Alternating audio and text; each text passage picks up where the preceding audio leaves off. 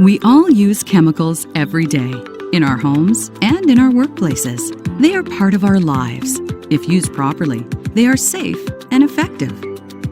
Industry relies on the powerful properties of chemicals for many things, such as to clean, dissolve, stabilize, and weld. However, if not handled properly, hazardous materials can cause damaging or deadly effects.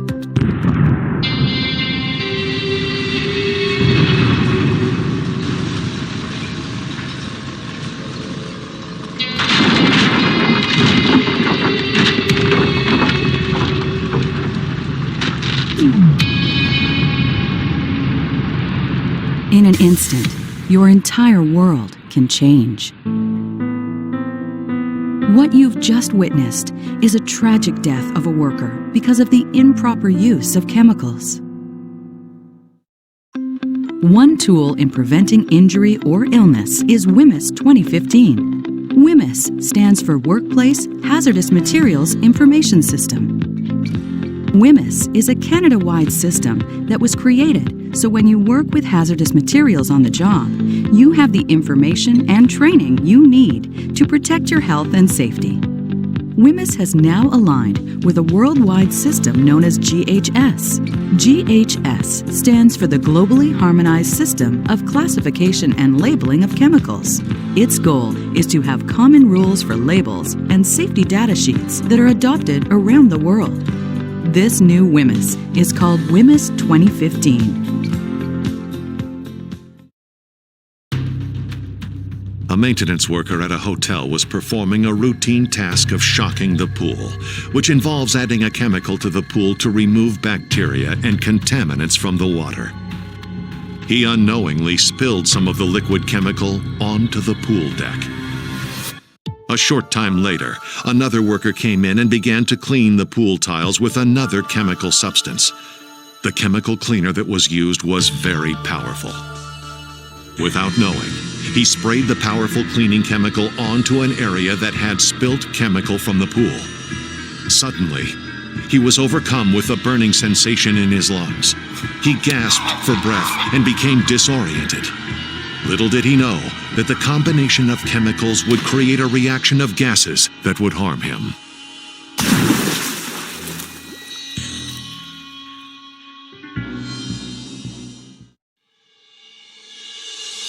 As part of your job, you may handle or be in the presence of hazardous materials, and it's important to do so in a healthy way.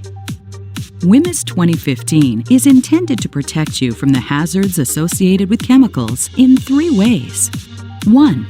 Labels that come on containers. These include WHMIS 2015 pictograms and other important information about specific hazardous materials.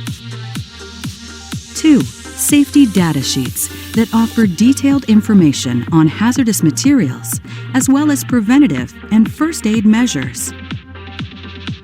3. Employee education and training to teach you about the safe use, storage, and disposal of hazardous products. As the foundation of WHMIS 2015, these essential components will ensure that every workday is healthy, productive, and safe. Please go to your participant guide now and follow the instructions for Module 1.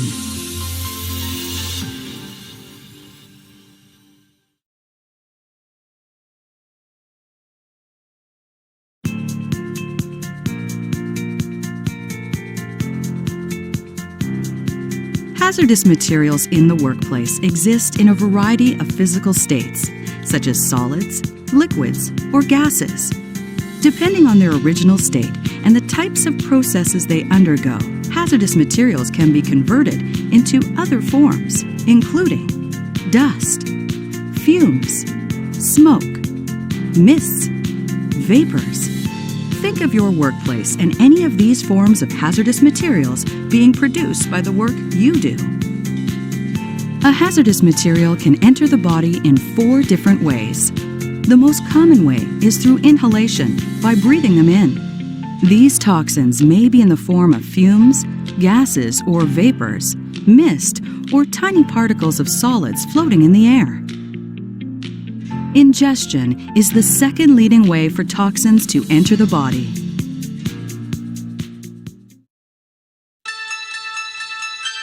Matt was undertaking a routine cleaning of a lawnmower part. He uses a chemical spray to remove grease and grime. Matt had no idea that when he took a sip of his coffee, he was ingesting toxins without even realizing it. Chemicals can land on food or drinks, which is important to be aware of. Always be sure to eat and drink in designated eating areas. You can also absorb toxins right through your skin or transfer them from your hands or fingernails to your mouth or eyes.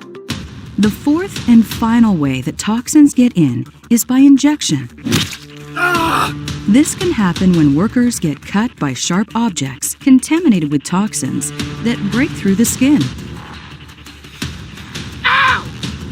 Toxins can be everywhere and where you would least expect to find them. The effects of exposure to hazardous materials may be noticed immediately, shortly after, or years later. Please go to your participant guide now and follow the instructions for Module 2.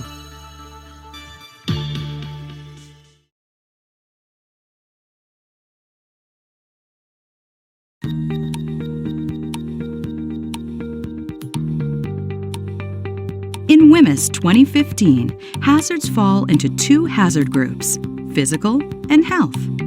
Physical hazards are based on their physical or chemical properties, and health hazards are based on their potential to cause health effects. Within each hazard group, there are several hazard classes.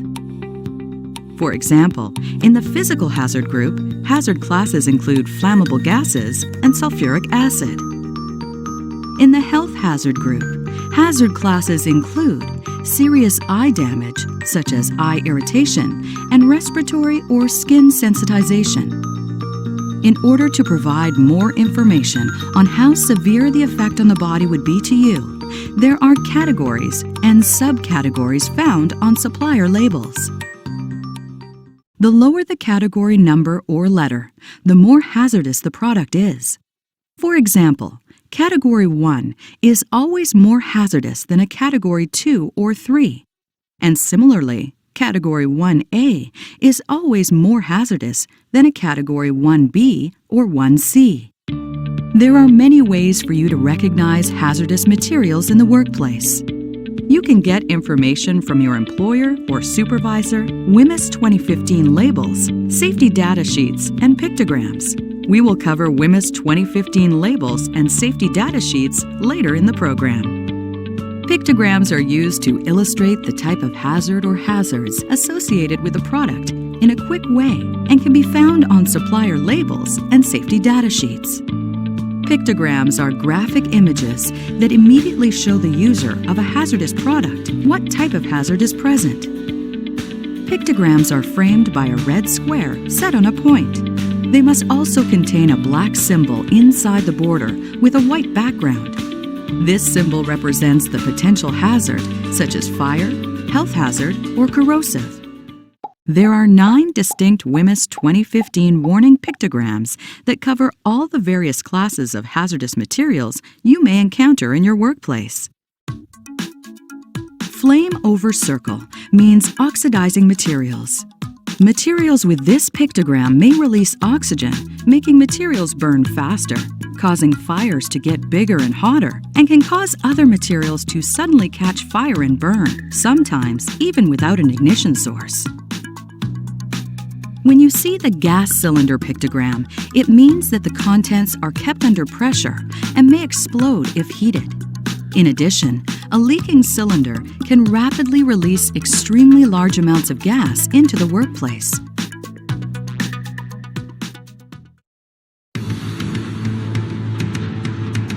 A welding supply company is on fire. The business stores hundreds of welding tanks filled with acetylene, a highly flammable gas. The intense heat of the fire is causing pressure to rise in the 130-pound tanks. Then, the first tank explodes and flies across buildings. Then another one and another. Before long, a slew of flaming projectiles shot hundreds of feet into the air. An investigation revealed that one tank with a defective connector caused it to ignite.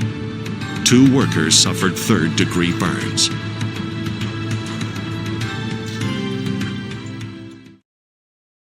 Materials with the corrosion pictogram may react with metals and living tissue on contact. They can be in the form of solids, liquids, or gases. These products can damage or destroy metals, including steel and aluminum, and can cause serious eye damage and skin corrosion. Common corrosives are nitric acid, hydrochloric acid, and sodium hydroxide solutions. The exploding bomb pictogram means that you may be dealing with unstable materials that can cause or increase the intensity of a fire. These materials may be highly reactive, meaning that they may react with either water, oxygen, or physical shaking, depending on the substance, or they could explode. These flammables are in the form of gases, aerosols, liquids, or solids. You will find the flame pictogram on materials that will ignite and continue to burn if exposed to a flame. Types of materials you may commonly encounter at work with the flame pictogram are flammable gases, aerosols, liquids, and solids. All of these materials will burn if ignited by a spark, static discharge, or a hot surface.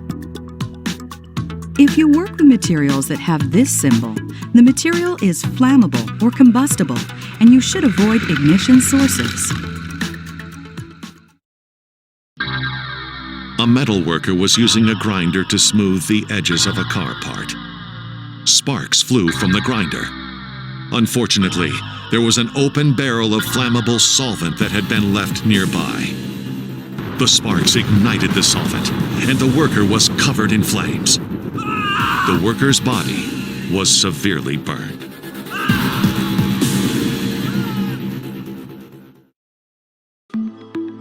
The health hazard pictogram can be used to show the danger of serious health effects for a number of classes, such as acute toxicity, skin corrosion, or serious eye damage, eye irritation, cancer, or reproductive effects. Like the health hazard pictogram, the exclamation mark pictogram is used to show the danger of serious health effects, such as respiratory or skin sensitization, or specific target organ toxicity from a single or repeated exposure. The skull and crossbones means poisonous materials which may cause serious health effects, such as loss of consciousness, coma, or death within minutes of exposure. The way these hazardous materials cause injury is by inhalation, absorption, or ingestion. The biohazardous infectious materials pictogram is the only pictogram not in a red border. Instead, it is round with a black border. This pictogram is used for organisms or toxins that can cause infectious diseases, illness, or death in people or animals. It is usually found in medical and healthcare facilities and agricultural settings. By paying attention to the pictograms that you find in your workplace, you are taking a big step to ensuring the health and safety of yourself and those around you. Please go to your participant guide now and follow the instructions for Module 3.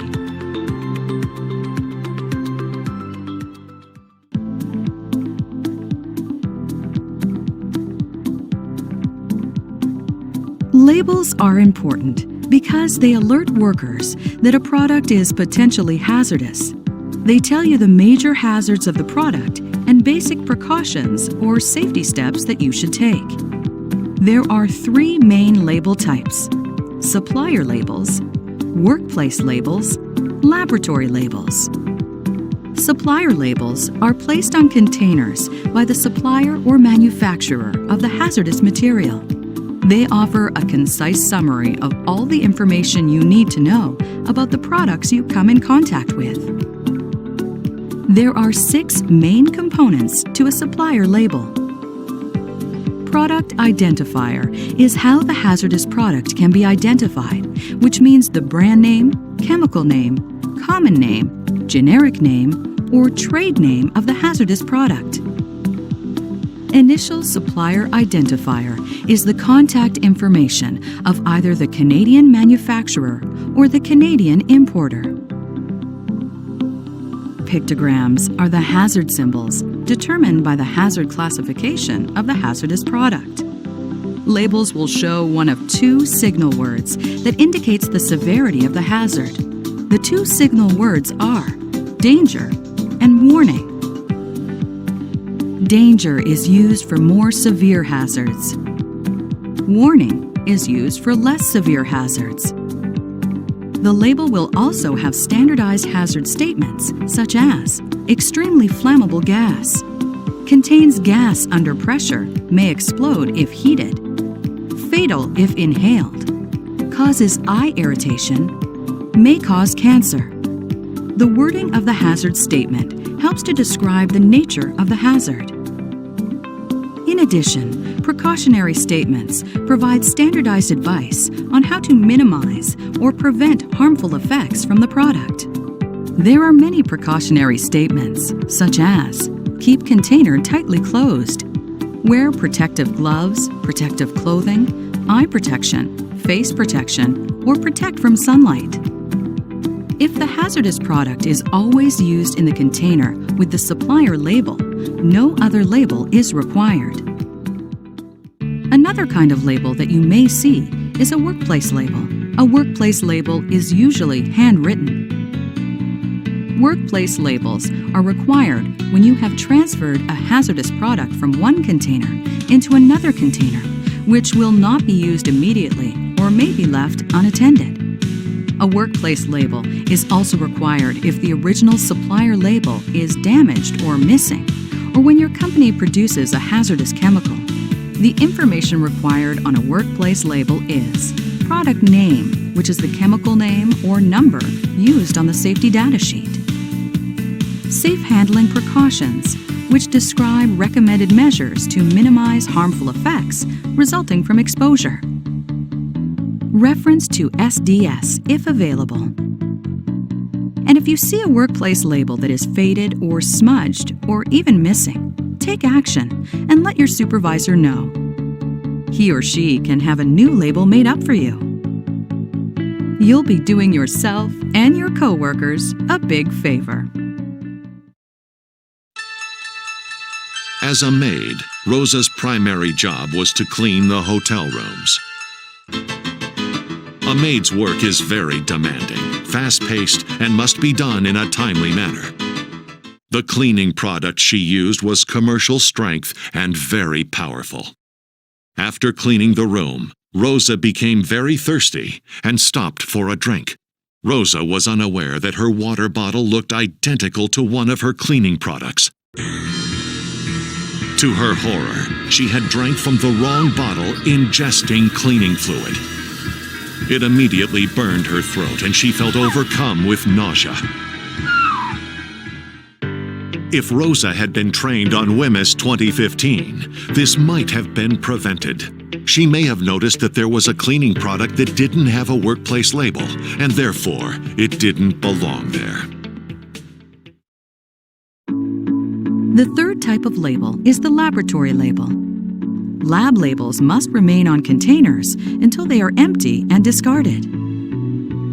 Lab label requirements can also apply to gas cylinders and some piping and valves carrying hazardous materials.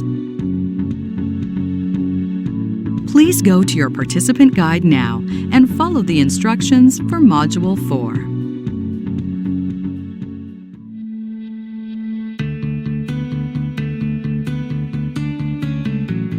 A safety data sheet, or SDS, is a document provided by the supplier of the product. It provides more detailed information about the hazardous product than the label does. Employers and workers use the information on the SDS to further protect themselves from hazards.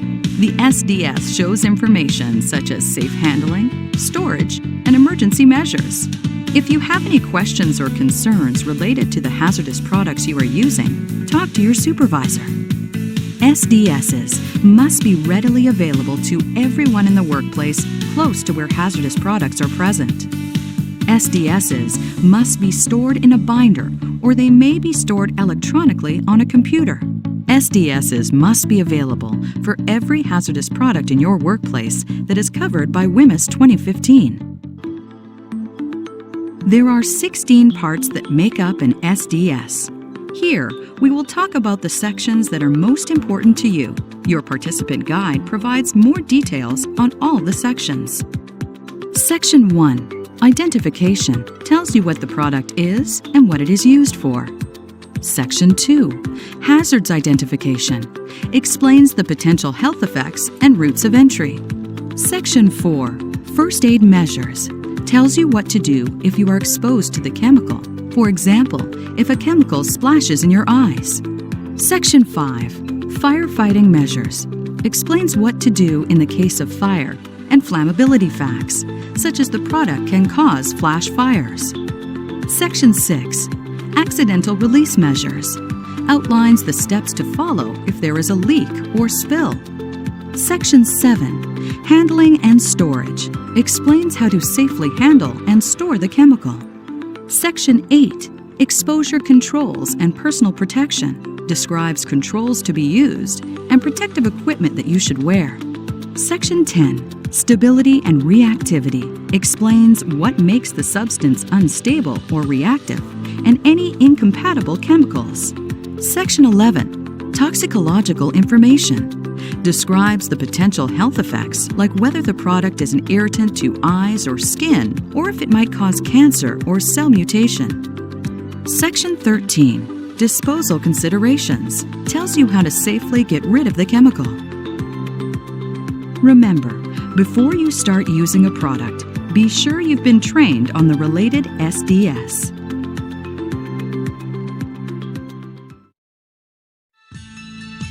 For many years, Sean worked for an auto repair company. His job was to repair parts that could be recycled for final assembly. Degreaser solvent was used to remove grease and dirt from the parts.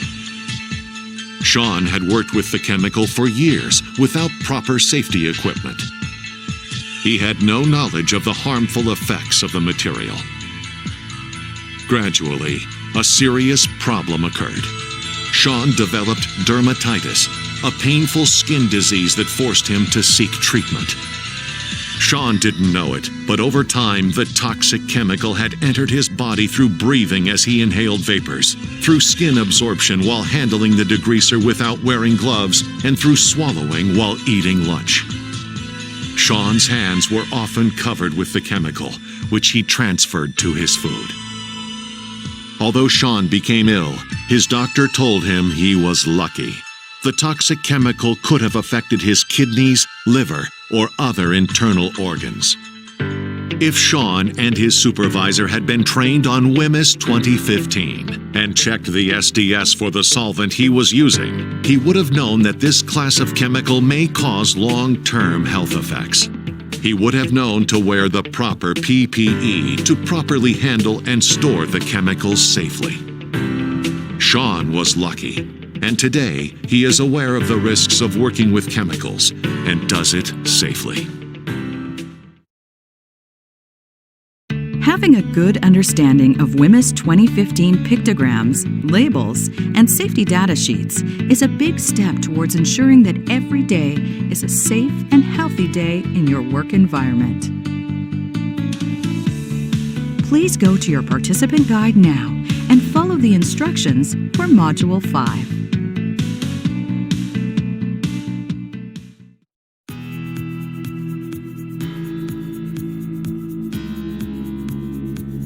A control is how your employer eliminates or minimizes the hazard to an acceptable level.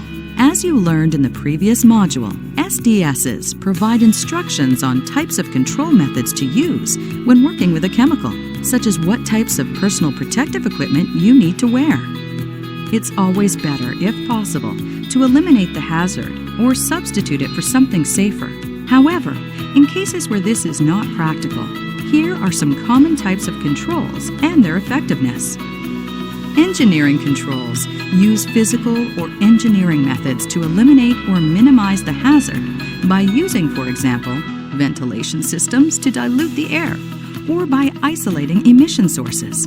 These types of controls do not change the hazard itself, but rather reduce your exposure to it. With this type of control method, the hazard still exists, but at least the likelihood of someone getting close to it is greatly reduced. Awareness is another control method used in the workplace. This includes warning systems, such as fire alarms or warning alarms, to alert you when a hazard is present. Administrative controls use administrative or management involvement to minimize your exposure to a hazard. Your employer may do this through training, job rotation, work and rest schedules, and by ensuring that proper work processes are established and followed. Sometimes there is no practical way to reduce or eliminate your exposure to the hazard using the previous methods. So that leaves the last resort, wearing personal protective equipment, or PPE. Personal protective equipment is any device worn or used by a worker to protect against hazards such as exposure to chemicals. Examples of PPE are respirators, gloves, eye protection, face shields, and foot protection. This type of control is the least preferable because the hazard still exists. There is always the possibility that the equipment may not be properly maintained or fit properly, or that workers may take it off because it's uncomfortable. On January 10th, Sylvia Moore went to work as usual. At her workstation, Sylvia prepared to pour nitric acid from a large storage drum into a smaller container. Sylvia was wearing her personal protective equipment, with the exception of her face shield. As she poured the chemical, it splashed in her face. Sylvia, with the aid of another worker, was able to get to an emergency shower station quickly. Onlookers called 911 to get professional help. Luckily, she took the correct first aid measures and only suffered minor burns. Had Sylvia worn the proper personal protective equipment, she would not have been injured at all. Sylvia learned the hard way. When you are handling a corrosive material, you can't afford to skip any safety steps.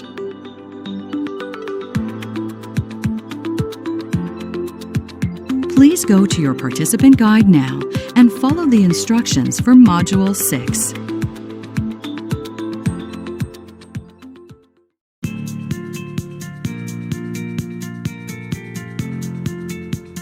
Under WHMIS 2015, workers, employers, and suppliers all have certain responsibilities. A supplier is responsible to ensure that an up-to-date label is attached to the container of a hazardous product before it is sold, and to provide an up-to-date SDS to the purchaser. Employers are responsible to ensure that all containers of hazardous materials coming into your workplace are labeled, and to prepare and attach a workplace label when required. Employers are also responsible to ensure that you are trained on both the generic parts of WHMIS 2015, such as labels and SDSs, as well as how to safely handle the specific chemicals that you may be exposed to at work. Employers are also responsible to make sure that SDSs are available to you. Supervisors play a critical role in your health and safety too. Just like employers, they are required to make sure you wear and use personal protective equipment, provide you with training and instruction on workplace hazards and procedures, and to inform you of any potential or actual health and safety hazards in the workplace. Both employers and supervisors are required to take all reasonable precautions to protect your health and safety. You are responsible to follow all health and safety instructions in order to protect yourself and others around you, to wear the equipment or protective devices or clothing that your employer requires you to use or wear, to follow the instructions on a workplace label and SDS to check that a workplace label is attached when transferring a chemical to a new container, and reporting any unreadable or missing labels to your supervisor. If you work with hazardous materials, arm yourself with knowledge. If you need more information, make sure you read the labels and check the SDS. Talk to your supervisor if you have questions. Don't assume that what applies to one chemical would apply to another. Using the tools you've learned in this program and the training you will receive specific to your workplace, you will be able to enjoy all the benefits of a healthy and safe work environment. Congratulations! You have completed the video portion of WHMIS 2015 for workers. Next, please go to your participant guide and follow the instructions for Module 7.